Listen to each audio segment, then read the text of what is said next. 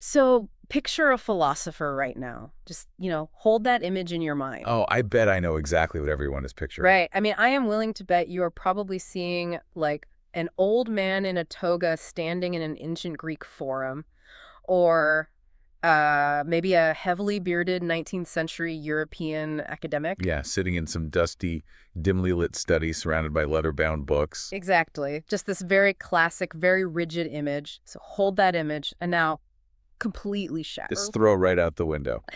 Because today, for this deep dive into our stack of sources, we are looking at an incredibly complex, wildly controversial system of ethics and posthumanism. And it was built by a philosopher born in 2004. Which is just, honestly, it completely upends our expectations right out of the gate. I mean, we are looking at a massive philosophical architecture constructed by someone from Generation Z, Right. a thinker operating in, a radically different technological, social, and emotional paradigm Yeah. than the classic philosophers we usually study. His name is Angelo James O. Comelio, though he also he publishes under the pen name Kahel Belange. Yeah, that's his pen name. And he is a young Filipino philosopher, an educator, and a metamodern systems thinker. And the mission for our deep dive today isn't just to, recite a list of his theories. No, that would be missing the entire point of his work. Exactly. We are going to deeply debate the lived context in which he built this entire intellectual universe. Our goal is to examine how his deeply personal childhood trauma, the incredibly isolating crucible of the COVID-19 pandemic, and, the harsh sociopolitical realities of the Philippines didn't just casually influence his ideas. Right, they actively became the structural foundation of his entire philosophy. Yeah. And that is the crucial distinction we have to make today. Yeah. Comelio's philosophy is not like a polite reaction to his environment. It's a procedural grammar built out of the very materials of that environment. The raw materials. Exactly. Yeah. He takes the brokenness, both the fractures inside his own mind and the systemic ruptures of his country, and turns them into the literal operating system of his thought. And we have a fascinating roadmap for you today. We are going to start by exploring the internal, literal splitting of his psyche when he was just a kid. Which is intense. Very intense. And how that birthed a completely new theory of identity. Then we'll watch how that internal logic expands outward to critique the macro environment, the reality of slums, systemic wounding, and the biological ethics of starvation. It scales up so quickly. It really does. From there, we track his fierce rebellion against modern education. He demands that teachers become architects of human becoming. Which is a heavy demand. And then we'll wade into his very dark metamodern collision with technology and what he calls rhizomatic ethics. That's where it gets really controversial. Oh, absolutely. And finally, we have to tackle the ultimate question. Can a philosophy so deeply rooted in the post-colonial, hyper-specific trauma of one Gen Z kid actually claim universal truth for you, the listener? It is just a breathtaking intellectual landscape.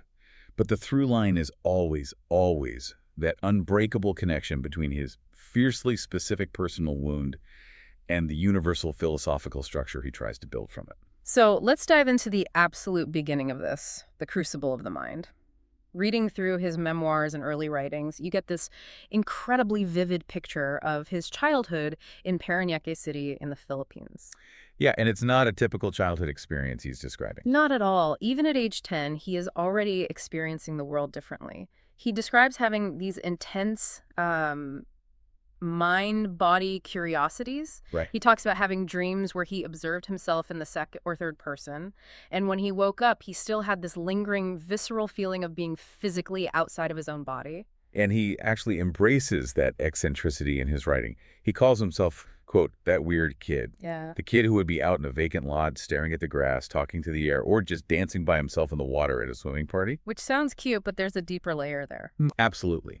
Because if we pull back and look at what is actually happening conceptually, this early sense of dissociation is the very beginning of his ontological questioning. Meaning the study of being and existence. Exactly. He is a 10-year-old kid already experiencing severe friction between consciousness and embodiment.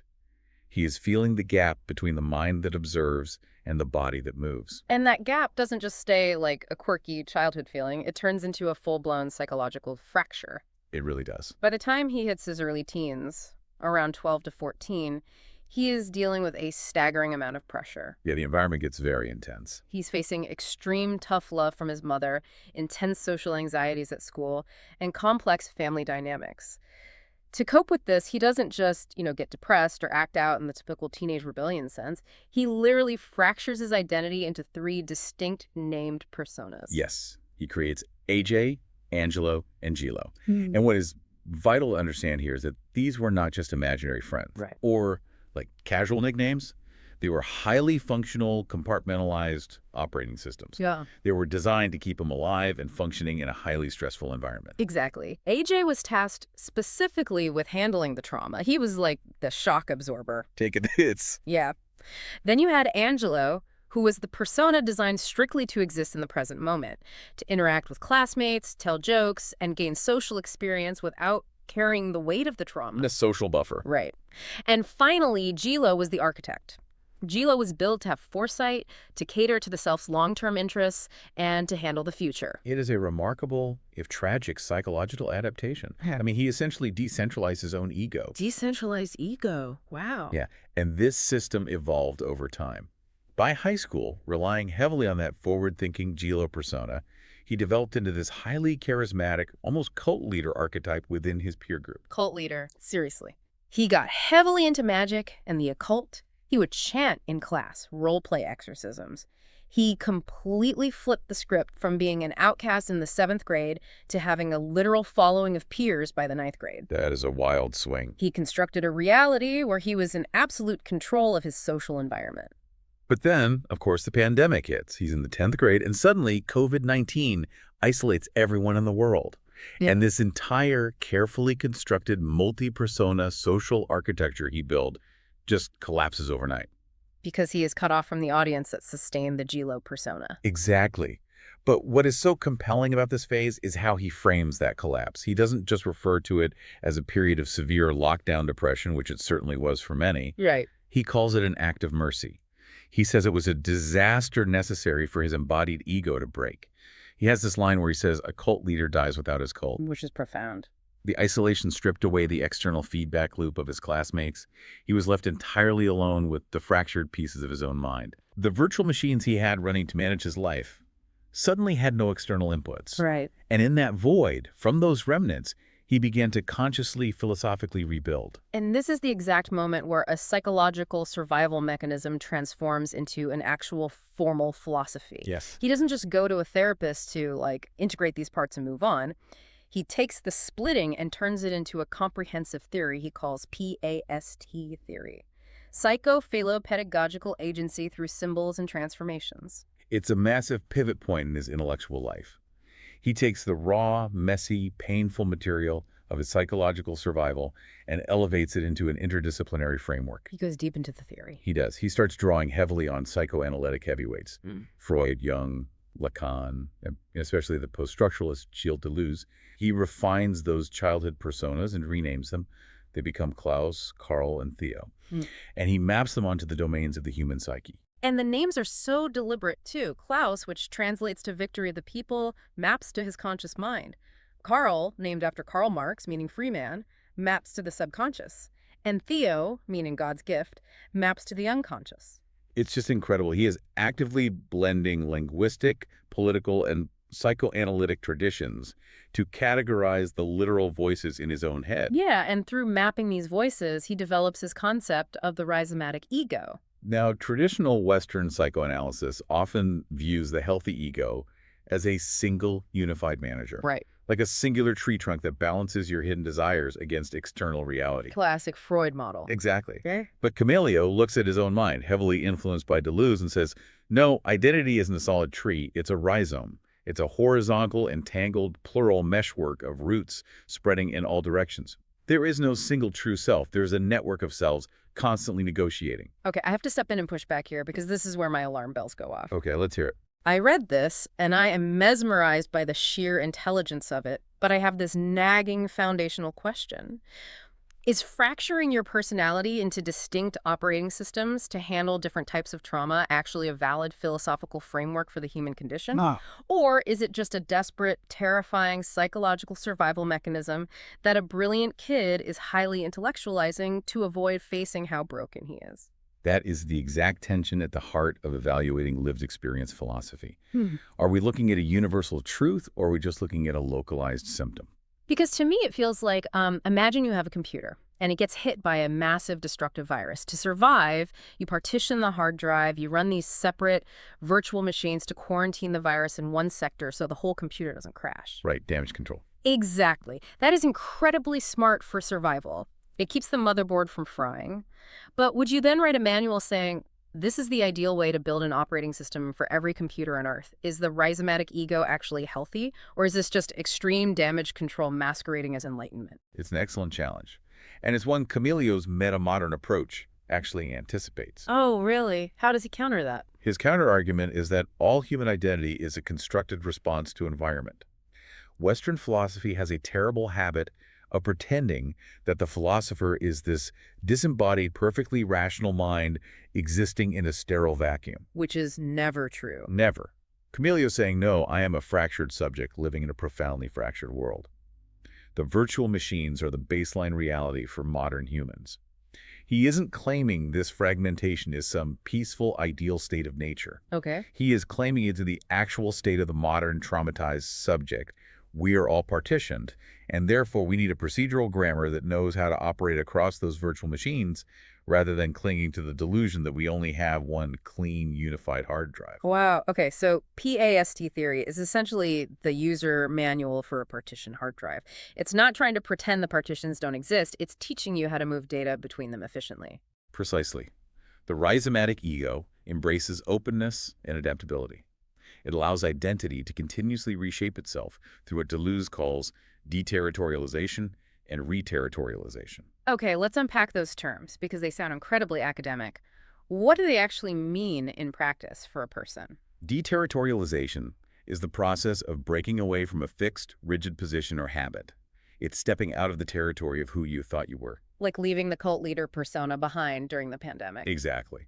And reterritorialization is reconstructing yourself within a new context or environment. For Comelio, because his ego is a rhizome, a network of roots rather than one stiff trunk, he can constantly deterritorialize and reterritorialize without breaking. The trunk doesn't snap in the wind because it's a web. Yes. The trauma he experienced isn't just a bug in the system. It is the raw data input for the next recursive loop of becoming. I love that framing. The trauma is the raw data input. But he couldn't stay inside his own head forever, so he's built these internal virtual machines just to survive his own mind. But here's the terrifying part. When he finally looks outward, beyond his own psychology, he realizes his internal fragmentation is just a mirror. The environment itself is infected? Exactly. The virus isn't just in his hard drive, it's in the entire network of his country. He steps out of his own psychological trauma, and immediately it's the macro trauma of the Philippine reality. To understand Comelio's philosophy, you cannot just look at his psychology. You have to look at the sociology, history, and physical geography he is navigating. And he is rigorous about this. Yeah. He actively pulls in major sociological texts to diagnose the society around him.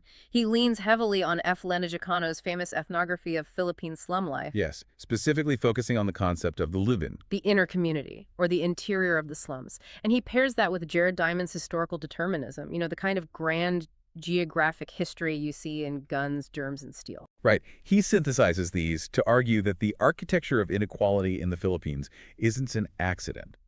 And it isn't a moral failing of the poor. It's a deliberate, sedimented construction. Built over time. Yes. He notes how environmental advantages translated into political dominance long before modern capitalism even arrived.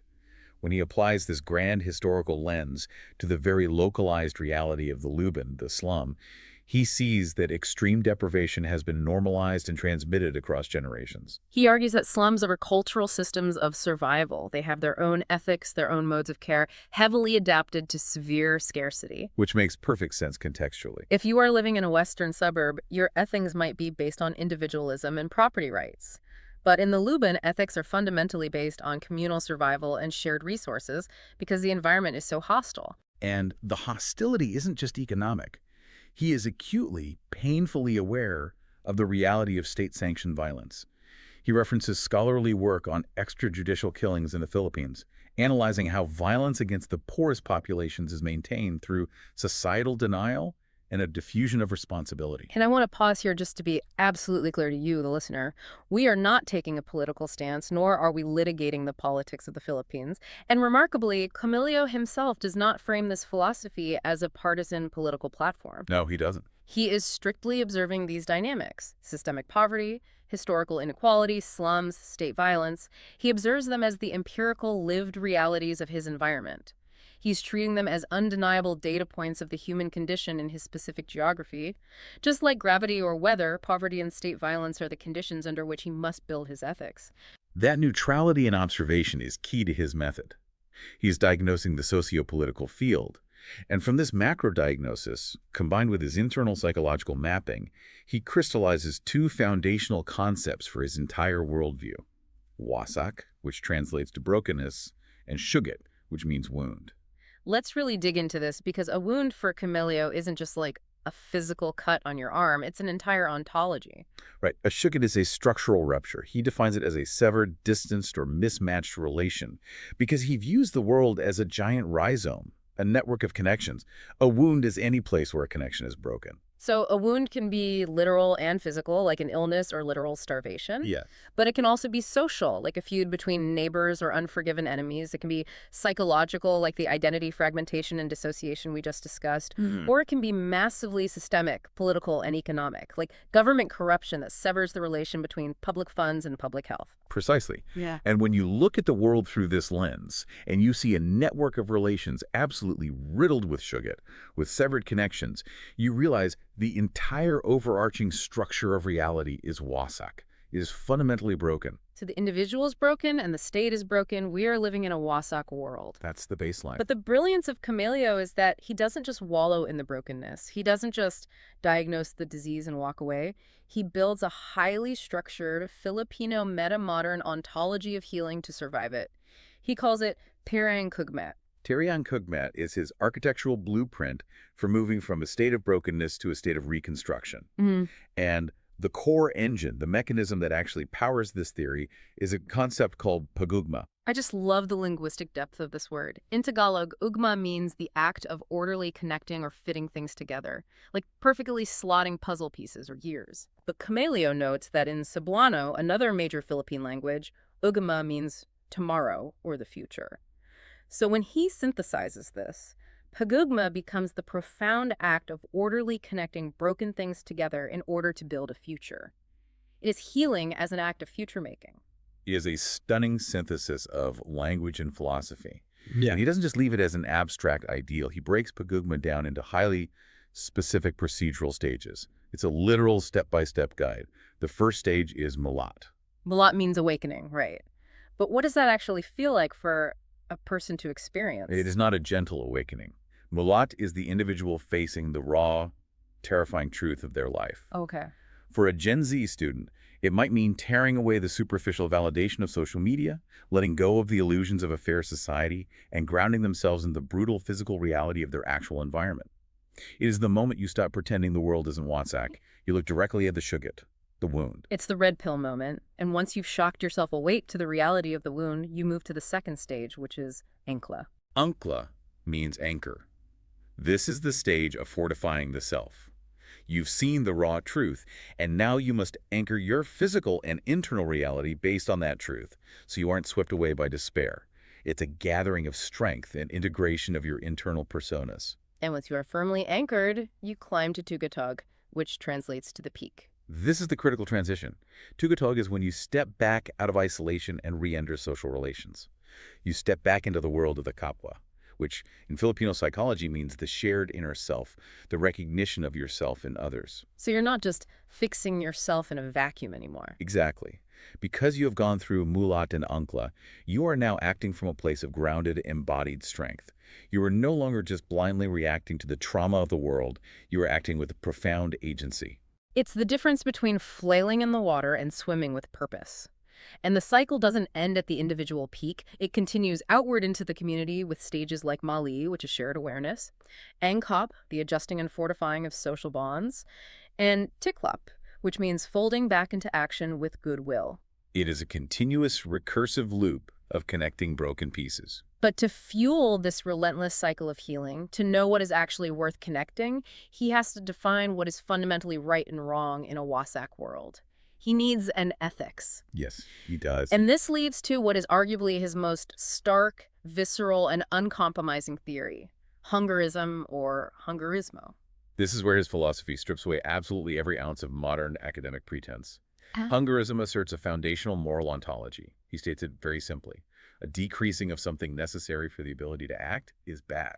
It is aggressively stark. Just think about most Western ethics you learn in a college classroom. They talk about self-actualization or abstract human rights. Or Kant's categorical imperative, where you act according to universal maxims. Exactly. Comelio sweeps all of that off the table and talks about literal physical starvation. He's saying morality isn't some abstract law handed down from the heavens or deduced in a comfortable armchair. It is a biological imperative. If a system makes you hungry or deprives you of medicine or kills you, if it mathematically decreases your physical capacity to act in the world, it is fundamentally, ontologically evil. He arrives at this through a very compelling thought experiment he calls the man alone. Oh, this part is fascinating. He asks you to imagine isolating a human being completely, stripping away all society, all culture, all language, all religious laws.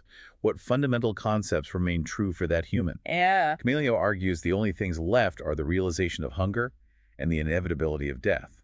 Therefore, hunger creates a primordial, undeniable obligation to consume, simply to sustain the ability to exist and act. Ethics, he argues, must begin right here, in the body's undeniable need to exist. Okay, I am going to challenge this because when I first read it, my immediate reaction was, isn't this almost too basic? Too basic. How so? I read The Man Alone Experiment and I instantly thought of Abraham Maslow's hierarchy of needs. We all know the pyramid. Maslow says you need food, water, and shelter at the bottom before you can even begin to worry about love, self-esteem, or self-actualization at the top. Right, the classic pyramid. So is Comelio's hungerism actually a revolutionary ethical theory, or is he just rephrasing Maslow's psychology? Is he basically just saying, hey, you can't philosophize if your stomach is empty? Because if that's all it is, then this feels like specifically the philosophy of a developing nation grappling with poverty, rather than a universal truth about ethics.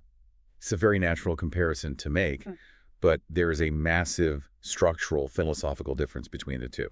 Maslow is outlining a psychological progression of human motivation. He's answering the question, how does a person reach their highest psychological potential? Right.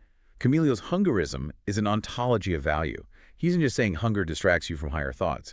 He's arguing that the deprivation of the capacity to act is the very definition of evil in a relational universe. Wait, elaborate on that. That is a huge distinction. Maslow is essentially asking, how do we achieve self-actualization?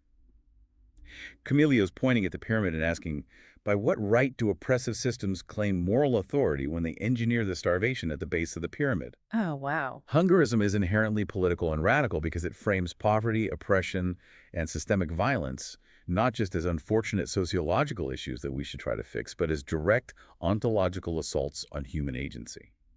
It makes ethics a visceral battlefield. I see. If you are teaching values in a classroom, but your students are starving or living in constant fear of state violence, teaching them abstract upper pyramid virtues like academic excellence or delayed gratification isn't just ineffective. In Comelio's view, it is teaching complicity with the evil that is starving them. Exactly. You are teaching them to politely ignore the fact that their capacity to act is being systematically destroyed. And that realization is the perfect pivot point. Because having diagnosed the brokenness of his own mind through PAST theory and the brokenness of the state through Kmat and hungerism, Comelio cannot just sit in a room and write essays. No, he's compelled to act. He has to figure out how to actually intervene. Where do you go to implement a new operating system for society? You go directly into the machinery designed to shape young minds, the education system. But we have to look at the context of how he actually entered the education system. Because his path was not smooth, and it certainly wasn't born out of a naive, idealistic desire to just be a traditional school teacher. Far from it. The source documents specifically an essay he wrote titled How I Ended Up Choosing BVE, but moved to pursuing philosophy detail, a really painful period of academic struggle. It's quite sad. He knew he wanted to study philosophy, so he applied to the top, most prestigious universities in the Philippines, PTUP, for a philosophy degree, and he failed to pass their screening. He didn't even receive the email to take the entrance test for another major school, PLM. It is the classic crushing narrative of institutional rejection. The formal iron gates of the academic philosophy establishment were slammed shut in his face. He was deemed not standard enough, or perhaps his scores didn't align with their metrics. So, feeling entirely lost and rejected, he pivots and takes up a Bachelor in Values Education, or BVE, at the Philippine Normal University. But what's fascinating is his absolute honesty about this choice. Yeah, he doesn't sugarcoat it. He admits in his writing that he chose the values education program partially as a shield. He had been experiencing severe cyberbullying. He describes being socially ostracized by his peers for being principled, smart, unabashed, philosophical, unwavering. He was too much for them. Taking on the identity of a values education student gave him a socially acceptable mask, a temporary place to hide his intense philosophical nature. But you cannot hide a mind that is fundamentally wired for systemic critique. Yeah. Very quickly, he looks around at the education system he's being trained to enter, the system that rejected him and the system he's now supposed to uphold, and he is repulsed by it. He mounts a fierce, devastating critique against what he calls the neoliberal classroom. He has this incredible biting phrase. He says, modern schools turn students into test question dumpsters. It's so visceral. I want to pause on that because it is such a vivid image. What does a neoliberal classroom actually look like in practice today? He draws very heavily here on Paulo Freire's famous critique of the banking model of education. In a neoliberal classroom, education is treated purely as a transaction of human capital. Right. The teacher is the depositor of static, state-approved information, and the students are empty vaults, or dumpsters, waiting to be filled with facts just long enough to vomit them back out onto a standardized test. It's the absolute opposite of philosophical reflection. It teaches compliance. It teaches you how to optimize your test scores, how to survive the institutional metrics. But it is completely deaf to actual human agency. It assumes the student has no context, no wounds, no shugut. Exactly. Comelio realizes that the specific problems of the classroom, the intense cyberbullying he personally experienced, the glassy-eyed apathy of the students, the relentless focus on quantifiable metrics over human development, these aren't just minor pedagogical failures. They are the direct symptoms of the deeper ontological ruptures and the social woundedness we just discussed. The classroom is infected too. The classroom is not a sanctuary from the WASAC world. It is a concentrated microcosm of it. So, faced with this reality, he refuses to accept the role of a traditional teacher. He develops a radical new concept, the philosopher-teacher archetype. He argues that an educator's job isn't to disseminate information. Education must be a process of recursive ethical formation. He traces this lineage all the way back to Socrates. Right, who famously walked the streets of Athens claiming the unexamined life is not worth living. But he goes further than Socrates. To operationalize this in a modern context, Comelio introduces a rigorous framework called the 3 pillars of an authentic agent of transformation. This is his absolute uncompromising blueprint for what a philosopher teacher must actually do in the real world. Let's really debate these 3 pillars because they are heavy. The first pillar is embodied integrity. Embodied integrity is the absolute refusal of hypocrisy. It means aligning your internal philosophical beliefs with your external physical behavior. Walking the walk. Yes. For Comelio, you cannot stand at the front of a room and teach justice if you are quietly complicit in unjust systems in your private life. You have to actively live the values you profess. Your own body, your daily choices, your economic consumption. That becomes the primary text of your philosophy, long before you ever assign a book to your students. The teacher's life is the syllabus. Yeah. Wow. The second pillar is interpretive empathy. This is a crucial concept, and it goes far beyond just feeling sorry for a student who is having a hard time. Interpretive empathy is a rigorous, disciplined intellectual effort. It is the attempt to read another person's moral world from the inside out, without violently collapsing their reality into your own. It's about seeing the internal logic of their choices based on their specific context and traumas. Give me a concrete example of how that works in a classroom. Imagine a student from the Lubin, the deeply impoverished slums, who is caught stealing in school. A traditional teacher applies a blanket rule. Stealing is wrong. You are punished. Right, the standard protocol. Interpretive empathy demands that the philosopher-teacher first understands the moral logic of survival in that student's environment. In a world of extreme scarcity, taking what you need to survive is a rational, perhaps even deeply ethical act of preserving the ability to act. Which returns right back to hungerism. Exactly.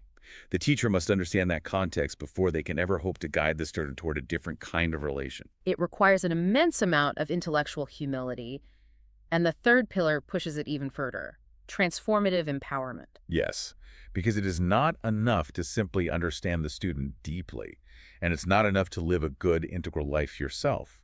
Transformative empowerment is the radical commitment to actively reconfigure the oppressive systems that condition our moral possibilities in the first place. So actual structural change. It is using your agency, or building the agency of your students, to dismantle the structures that are actively causing the shuget, the wounds. Reflection must become revolution. Okay, this is where my practical modern brain starts throwing up massive red flags. I hear these three pillars: embodied integrity, interpretive empathy, transformative empowerment, and I think, isn't he demanding entirely ridiculously too much of a high school teacher? How do you mean? Think about the reality of a normal Tuesday morning. Most people, most parents, just want a teacher to clearly explain algebra, or make sure the kids know the dates of the French Revolution, and maybe keep them from throwing staplers at each other. Keep the peace. Yeah, exactly. Comelio is asking an underpaid, overworked 10th grade history teacher to be an architect of becoming and a catalyst of moral regeneration. It feels like hiring a driving instructor, and when you show up for your lesson, you just want to learn how to parallel park. Okay, I see where you're going with this. But the instructor refuses to let you touch the steering wheel until you learn how to rebuild the internal combustion engine from scratch, and then demands you write an essay questioning the philosophical morality and environmental impact of modern transportation. It's an impossible burden for one job. It is an immense burden, yes. And Comelio is fully aware of how heavy it is. But if we connect this to the overarching architecture of his philosophy, he would argue that your driving instructor analogy highlights the exact fatal flaw of modern society. Really? We are obsessed with compartmentalizing our lives. We want technical skills entirely divorced from moral weight.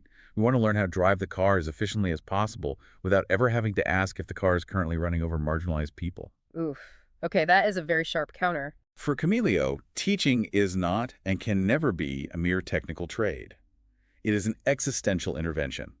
If you are standing in front of a room of 30 young, fragmented minds, living in a WASAC world that is actively traumatizing them, and you choose to only teach algebra while actively ignoring their ontological wounds, you aren't just being a practical teacher. You're part of the problem. You are committing an act of violence through negligence. You are maintaining the status quo of their brokenness. The philosopher-teacher isn't a job description you clock in and out of. It is a state of being. It is the absolute acceptance of radical responsibility for the future of the human species. And that uncompromising demand for radical, hands-on, embodied human responsibility puts Comelio on a direct, high-speed collision course with the overarching trajectory of modern society. It absolutely does. Because right now, looking at Silicon Valley and global tech trends, the world seems desperate to hand over all of our responsibility to technology.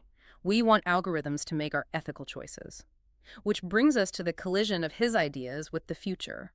We are scaling up from the classroom to the species level, diving into his metamodern synthesis, his views on posthumanism, and the absolute darkest, most terrifying part of his entire theory: rhizomatic ethics. This is where his work becomes urgently relevant to the global conversation about the future of humanity. The sources show Comelio fiercely and directly engaging with Yuval Noah Harari's wildly popular, massively influential book, Homo Deus. Harari paints this picture of humanity's unstoppable drive to upgrade itself into gods, to overcome death through biotechnology, to engineer perfect chemical happiness, and to eventually merge our consciousness with algorithms, leaving the fragile human body behind. A very common techno-utopian vision. Comelio reads this vision and fundamentally, violently rejects it. He calls it a fantasy, and an incredibly dangerous one. He views the Silicon Valley obsession with uploading consciousness and escaping the physical human body as a symptom of a species that is terrified of its own reflection. It is the ultimate avoidance of the shuget, the wound. He has a brilliant, chilling quote in the source text that perfectly summarizes his critique. What is it? Immortality without wisdom births monstrosity. Titans who have never undergone self-examination are not liberators, they are tyrants. That quote gives me absolute chills. Let's really unpack that. Immortality without wisdom births monstrosity. He's basically saying that if we take a species that is still fundamentally traumatized, still driven by selfish internal virtual machines, still prone to systemic violence and starvation, Right. if we take the test question dumpsters we've created in our neoliberal classrooms and hand them godlike superintelligence and biological immortality, we are not going to magically get a utopia. We are going to get an eternal, indestructible, infinitely scaled nightmare. We are going to permanently lock in our brokenness. That is exactly his fear.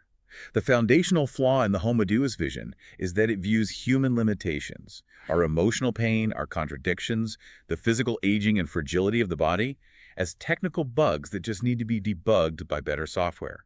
Comelio insists on a completely different path, a concept he calls transcendently humanist posthumanism. Okay, that is a massive mouthful of academic jargon. Transcendentally humanist posthumanism. What does that actually mean for the way we live our lives? It means that the path forward to a higher state of being isn't an engineered escape from the human condition. It must be a radical, courageous confrontation with it. He states, I begin with the body, not merely the physical, but the totality of my existence as an embodied being, interwoven with time, language, memory, and pain. So you can't just leave the meat suit behind? No. To truly evolve as a species, we don't need a machine upgrade or a neural link. We need what the Greeks called phronesis, practical, lived wisdom. We need to cultivate the moral, aesthetic, and spiritual capacity to navigate an incredibly fragile web of human relations. We have to lean into the messiness of our contradictions, not try to engineer a sterile escape hatch out of them. Because contradiction, as he notes in his hypertetrahedron framework, is the actual heartbeat of becoming. Friction is where growth happens. If you technologically remove all the friction, you remove the possibility of human growth. You just become a static algorithm. Beautifully said. Okay, so he demands we stay embodied. We stay in the flesh, we stay in the messy relational network, we commit to Tyriang Kugmet and Pagugma, connecting the broken pieces. But this is exactly where his logic takes a really sharp, undeniably terrifying turn into what he calls rhizomatic ethics. Yes, we have to address this because it is the darkest and by far the most controversial aspect of his entire philosophical architecture. We've established that he sees human identity and society as a rhizome, a deeply entangled horizontal root system connecting everyone and everything. It's a beautiful ecological image of interconnection. But then he asks a really dark, necessary question. What happens when a part of that vast root system becomes fundamentally irredeemably diseased? What happens when one specific node in the network, a person, an institution, a system, is actively destroying the relations that sustain the life of the whole? Exactly. In his core essay defining rhizomatic ethics, he writes a sentence that stops you in your tracks. He says, I am a relational ethicist, but I have said, and still say, that some people must die. That is a staggering, chilling sentence coming from an educator whose entire platform is built on interpretive empathy and healing. Some people must die. It is incredibly stark. He introduces this concept of the killable symptom. He argues that in a deeply entangled, highly vulnerable social field, sometimes you encounter a node that is a pure pathology. It is a vector of death and wasak that absolutely cannot be reasoned with. It can't be healed. It cannot be healed through interpretive empathy and cannot be integrated into a healthy future. In those extreme limit case scenarios, he argues that ethical violence is sometimes a tragic ontological necessity. It is a violent surgical intervention absolutely required to save the larger relational field from total systemic collapse. He calls this process rhizomatic pruning. Listen, as a host, and just as a person who reads history, I have to throw every single alarm bell at this concept. Who gets to decide what a killable symptom is? Because this is the exact word-for-word rhetorical justification used by every single authoritarian dictator, every fascist regime, and every architect of a purge in human history. Yes, it is. This specific group is a disease on the body politic, therefore we must surgically remove them for the greater good of the whole. It is a terrifyingly slippery slope into absolute horror. The danger of this concept is immense, and it is vital to note that Comelio is acutely aware of it. The source texts explicitly acknowledge that this framework carries an astronomical risk of dehumanization. He knows it could easily be co-opted and become fascistic if misused by someone without immense moral grounding. So how does he justify including it? If it's a loaded gun sitting on the table of his philosophy, why put it there at all? Because to him, the alternative is worse. The alternative is absolute, hands-off pacifism in the face of absolute systemic violence. And to him, that pacifism is a profound betrayal of embodied integrity. I see. Remember the context we debated in Section 2. He is writing from the reality of the Philippines. He is observing the very real mechanics of state-sanctioned violence, massive corruption, and structural starvation. If an oppressive system is literally killing the poor, decreasing their ability to act to zero, which is the ultimate evil in hungerism, and you refuse to prune the diseased nodes of that system simply because you want to keep your own hands morally clean, Then you're complicit. Comelio argues your ethics are just cowardice masking as academic nuance. You're prioritizing your own moral purity over the survival of the rhizome. Wow. Okay. It's the profound difference between a gardener and a surgeon. That's a good way to look at it. A gardener sees a diseased branch on a tree and clips it off with shears. It's casual, it's routine, it's aesthetically pleasing. The gardener doesn't lose a second of sleep over the violence done to the tree. Right. But a surgeon amputating a human limb to stop gangrene from spreading and killing the patient. Both actions are violent. Both involve cutting a piece off to save the whole. But the surgeon bears an immense, terrifying, lifelong, traumatic responsibility for the violence they had to enact. They do not take it lightly. That is the exact vital distinction Comelio is trying to make. Rhizomatic pruning is never supposed to be casual, easy, or politically expedient. It requires what he defines as site-specific humility. Site-specific humility. You can only even consider making that devastating decision if you have rigorously, brutally subjected yourself to self-examination first. Have you exhausted every single other form of pagugma? Have you tried every avenue of empathy and connection? And crucially, are you acting out of your own hidden shadow desires for power and revenge, or out of a genuine tragic necessity to preserve the possibility of life for others? It is the heaviest, most dangerous burden of his entire philosophy. It's intensely heavy. And again, to remind our listeners as we navigate this, we are analyzing this purely neutrally. We are not endorsing ethical violence or any specific political application of this theory. We are simply unpacking how Comelio meticulously builds this controversial logic, step by step, starting from his initial premise of a wounded relational universe. Yes. Which brings us to the synthesis of this entire journey, the ultimate question of universality versus particularity. This is where we have to assess whether the architecture holds up. We've traced this incredible, sweeping arc today. We have a young man born in 2004. He survives severe childhood tough love by literally fracturing his mind into complex personas. He lives through the crushing isolation of the COVID pandemic, watching his social identity collapse. He witnesses the brutal realities of Philippine slums, historical inequality, and systemic violence. A massive amount of trauma for a young person. He gets rejected from the elite halls of academia, gets cyberbullied for his intellect, and hides in a values education program where he discovers the horrors of the neoliberal classroom. Out of all of this specific, deeply personal, and highly localized cultural trauma, he builds PAST theory, hungerism, Tirian Kugmet, the philosopher-teacher archetype, and the terrifying responsibility of rhizomatic ethics. It is an incredible output. And his work is explicitly, proudly grounded in what is called Pantheon Pamimilosopia. Let's explain Panayong Pamimilosopia, because it is crucial to his identity as a thinker. It essentially means a from us for us philosophy. It is the deliberate act of forging philosophical concepts, not by borrowing Western frameworks, but by digging into the linguistic, cultural, and historical soil of the Filipino experience. It is thinking from within the culture. Right. He uses indigenous concepts deeply. For example, he draws on the Babilan archetype. In pre-colonial Philippine society, the Babilan was a shaman, a healer, and a mediator who connected the physical world with the spiritual realm, who healed the severed relations of the community.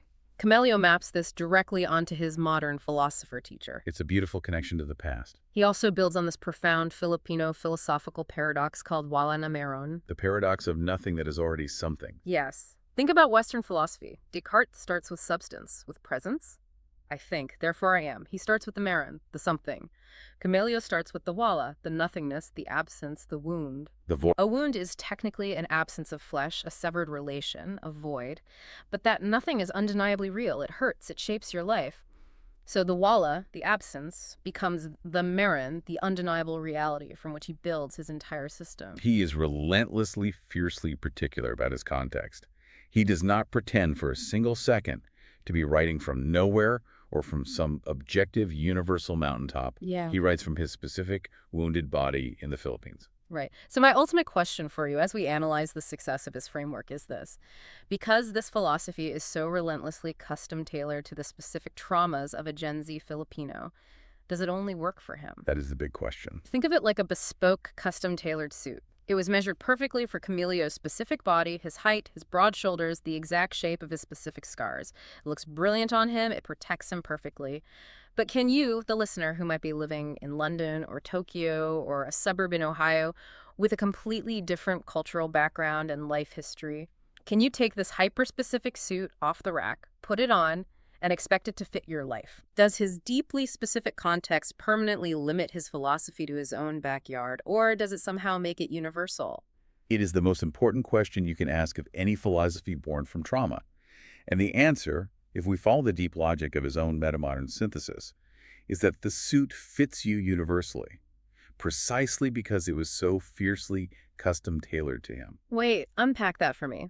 How does extreme localized particularity create broad universality? Think about classical Western philosophy again. Think of Kant's categorical imperatives or Descartes' rationalism. They tried to create universal suits by pretending the wearer didn't have a physical body, didn't have a history, and didn't feel pain. They ignored the human part. They created these massive, abstract, one-size-fits-all ponchos of pure logic. But nobody actually lives as a disembodied rational mind. We all have bodies, we all have specific traumas, we all live in specific sociopolitical contexts that shape every decision we make. We all have our own hyper-specific versions of Shugget, our own unique wounds. Exactly. What Comelio has provided is not the specific dictated answers for your life. He is not telling you what your virtual machine should be named. He has provided a procedural grammar. Okay, the manual again. Yes. He is saying, look, here is the exact rigorous methodology I use to map the fractures in my own mind, to confront the contradictions of my society, and to recursively build myself back up into an agent of change. The universality of Comelio's work lies in the process, not the specific outputs. So I don't need to adopt his specific personas. I don't need a Klaus, Carl, and Theo in my head. No, but you can absolutely use the mechanics of PAST theory to map your own internal voices, to understand how your own mind partitioned itself to survive whatever trauma you faced. You don't live in a Philippine Luban slum, but you can undeniably use the stages of Tirian Kugmat Malat, the awakening Ankla, the anchoring Tugatog, the peaking to, awaken to the specific brokenness of your own corporate office or your own family, and anchor yourself to act with agency. That is incredibly practical. You don't have to agree with his highly controversial conclusions on rhizomatic pruning, but his relentless insistence on embodied integrity challenges you universally to stop treating your ethical beliefs as abstract hobbies and start living them in the physical reality of your choices. He's offering a blueprint for how to philosophize with a hammer, but a hammer that has been forged in the specific fire of your own lived experience. He insists on embodied integrity because he believes the only way to reach any kind of universal truth about the human condition is to fiercely, rigorously, honestly examine the highly specific, flawed human you actually are. He starts with the walla, the wound, and builds a universe from it. It is an ambitious, breathtakingly complex, and deeply demanding architecture. And it challenges the very nature of what we consider acceptable academic philosophy. By refusing to separate the messiness of his life from the rigor of his thought, Comelio makes philosophy a matter of visceral survival again. It really is incredible to navigate this intense, geometric, and highly emotional philosophical landscape. We want to thank you, the listener, for taking this massive deep dive into the source material with us today. We have traversed an immense amount of ground, going from the splintered mind of a 12-year-old boy trying to survive middle school, all the way to the terrifying ethical responsibilities of a post-human future. It's a profound testament to the power of recursive thought and what happens when you refuse to look away from the brokenness. It is. And as we wrap up this journey, I want to leave you with a final lingering thought to mull over on your own time. Go for it. We started this entire conversation by talking about how an X-ray gives you a clean clinical picture of a broken bone, and we contrasted that with the murky, muddy, terrifying waters of real human trauma and systemic collapse. Angelo James Comelio built an entire universe of thought, a massive, intricate, interlocking system of ethics, pedagogy, psychology, and posthumanism, precisely because his personal world, his literal X-ray of reality, was wasak. It was shattered. Shattered into pieces. But he didn't look away from the muddy waters. He didn't hide in academic abstractions. He dove headfirst into the mud and he built a towering philosophical foundation out of it. So, for you, the listener, you are living in an age that constantly, relentlessly tries to numb your pain. We are offered endless technology, infinite scrolling, pharmacological escapes, and the fantasy of eventually uploading ourselves away from our messy, embodied lives. The easy way out. Are you perhaps missing out on your own profound, necessary transformation by refusing to look directly into your own wounds? What kind of world, what kind of philosophy, what kind of future could you build if you finally stopped trying to hide your fractures and started using them as the raw, undeniable material for your own becoming?